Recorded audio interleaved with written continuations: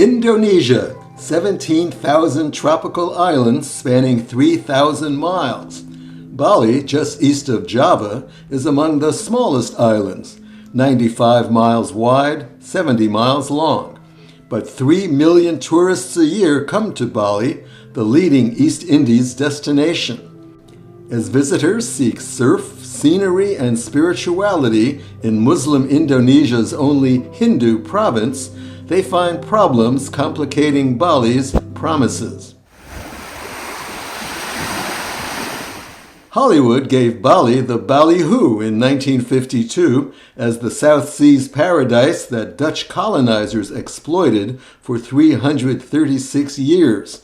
In the old days, Bali's notably beautiful women wore only sarongs in the 9 separate Balinese kingdoms headed by Rajas. Indonesia won independence in 1949, ousting Dutch troops after a 4-year war.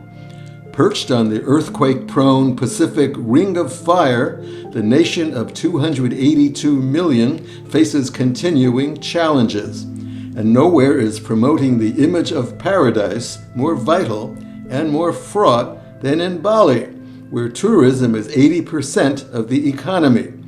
If it's not one problem, like the COVID disaster for tourism, it's another. Mount Agung, one of 3 active Bali volcanoes, killed nearly 2,000 people in a 1963 eruption.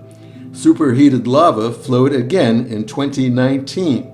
Islamic terrorists bombed nightclubs favored by Australians in 2002 and again in 2005, killing 222 people. Main target was Kuta, a raucous party town overrun with beachgoers. Bali itself is overpopulated with nearly 5 million residents. Infrastructure is far behind hotel development. Skinny roads are locked up with nightmarish traffic jams. Hordes of motorbikes and long delays drive visitors crazy. The biggest problem for the tourists right now, of course, the number one is the traffic jams. When you come to Bali, we offer more than 100 beautiful beaches that you can find everywhere. But sometimes they don't know it will take a lot of time on the street. Celebrity Bali fans like Brad Pitt, Jack Nicholson, Julia Roberts, and George Clooney dodge gridlock and paparazzi at Nusa Dua, a luxury enclave. The 2022 Group of 20 Summit and the May 2024 World Water Forum were held there behind barricades. Bali also gets a lot of rain.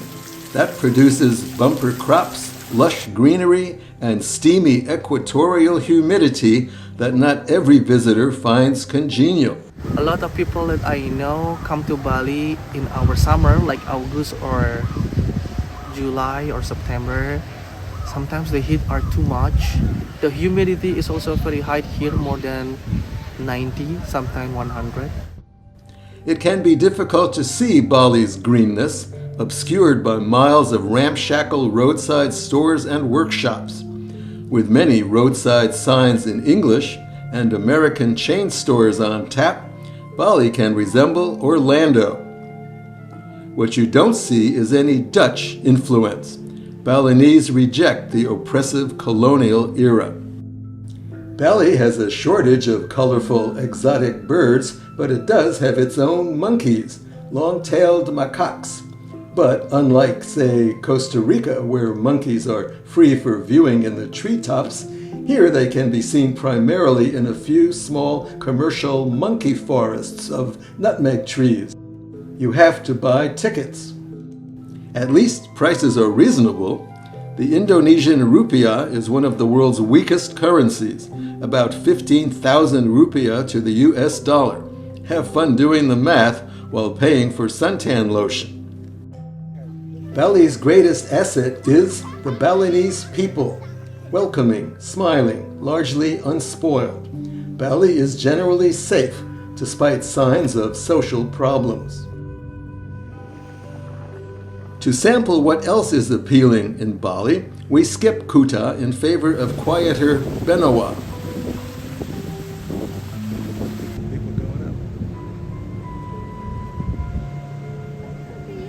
Then, like Bing and Bob, we're hitting the road to Bali, the sightseer's Bali.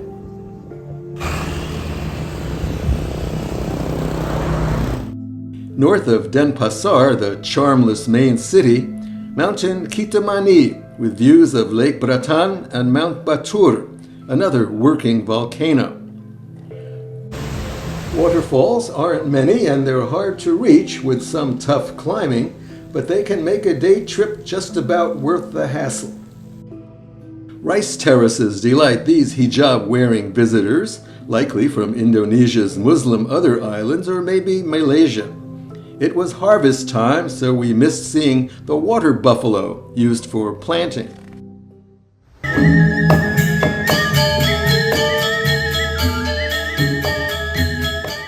No visit is culturally complete without gamelan, Indonesia's orchestral gongs, drums, and xylophones.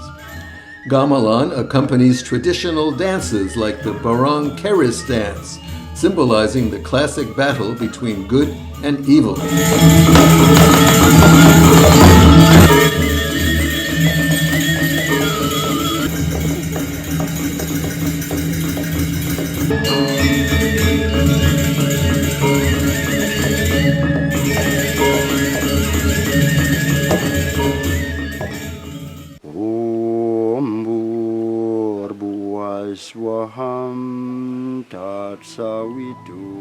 Religiously devoted, Balinese leave street offerings for the gods outside shops. They pray daily at temples. Every house has its own. Others are only for community residents. The oldest, most impressive temples are for the public at large. Men must put on a sarong wrap. Many Westerners come for immersion in holy waters. Bali, after all, was a setting for eat, pray, love. Sure. And then that's on the top, that's the one temple belong.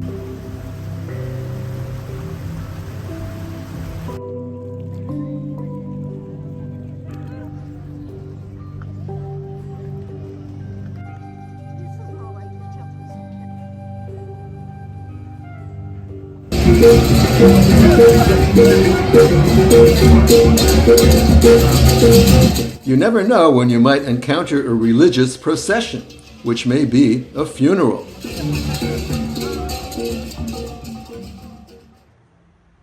Batik, the national printed textile of Indonesia, is a chief product of Bali. Tourists can watch artists paint batik, following that stop by observing Balinese handicraft makers such as wood carvers. Exit through the gift shop. Every tourist seems to end up at Ubud, a teeming central hill town of 74,000 and the island cultural center. One of the old royal palaces still stands. It's across the dangerous street from the big marketplace, the Pasar, with a bazaar's countless shop-ups.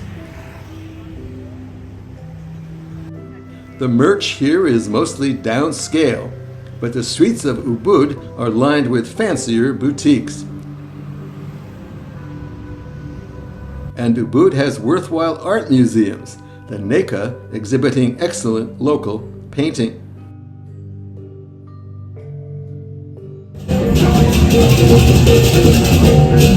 Well, here was that procession again, coming back. We take it as a hint that it is time for us too to head home. First, we catch the touristy sunset at Tanah Lot, ancient temples on a black sand beach washed by the Java Strait. Tanah Lot makes an inspiring impression, spoiled when the 23-mile drive back to the much-needed shower at the hotel consumes 2.5 aggravating hours. That's the way I feel about the traffic. We're doomed. So, Selamat Jalan. Goodbye, Bali.